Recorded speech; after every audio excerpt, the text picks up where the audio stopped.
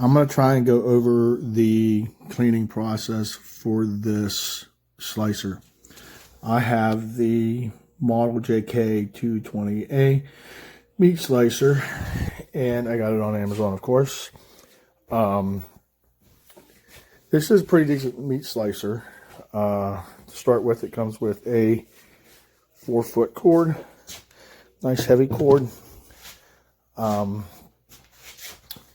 And some of the things we have here is you have your slide tray, which actually moves pretty good. You got your thing to push your meat with. You have your blade adjuster, so you have your tray, your base there, and then it moves to adjust the thickness of your meat, which is done down here with this knob. You have your on-off switch.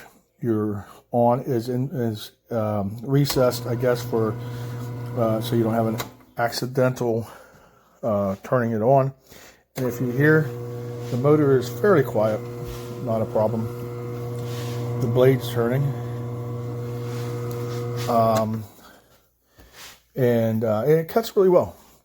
So the big issues is the instruction booklet really sucks. And so there's no clear cleaning instructions with this.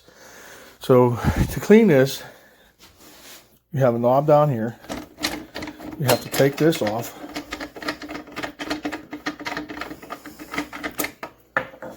And then your tray removes.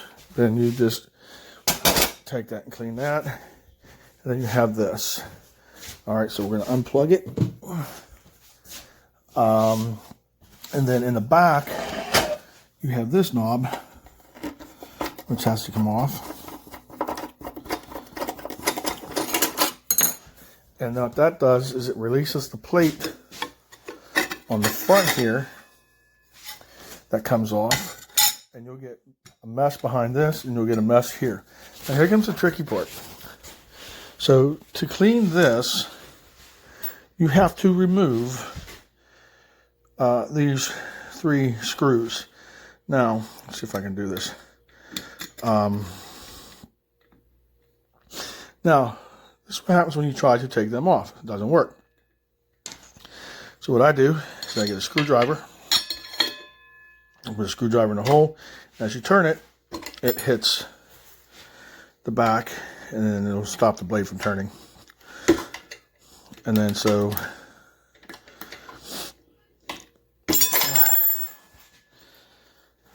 those have to come off.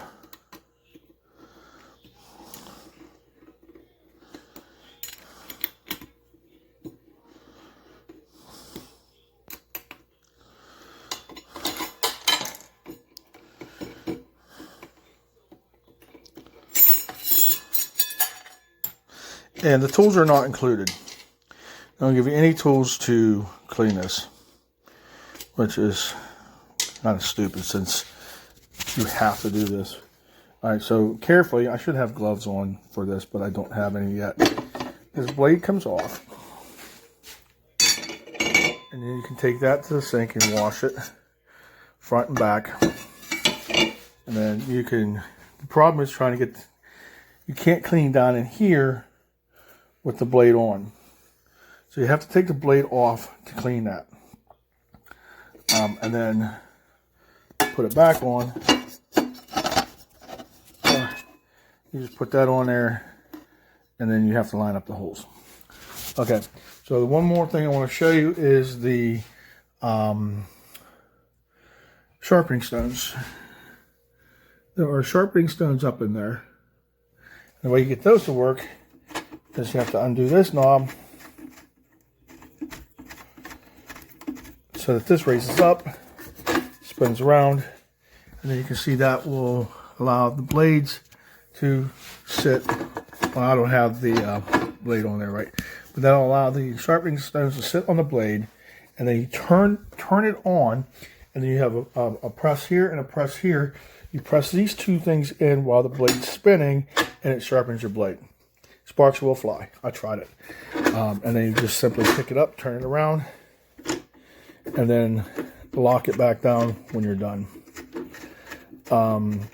This knob here, again, there's no instructions on this, so I'm guessing that like when you have your depth set to wherever you want it, you screw this up and it presses against the back of the plate, and then you can lock it down with the nut there.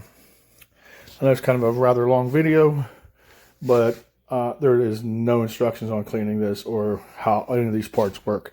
So I hope this helps.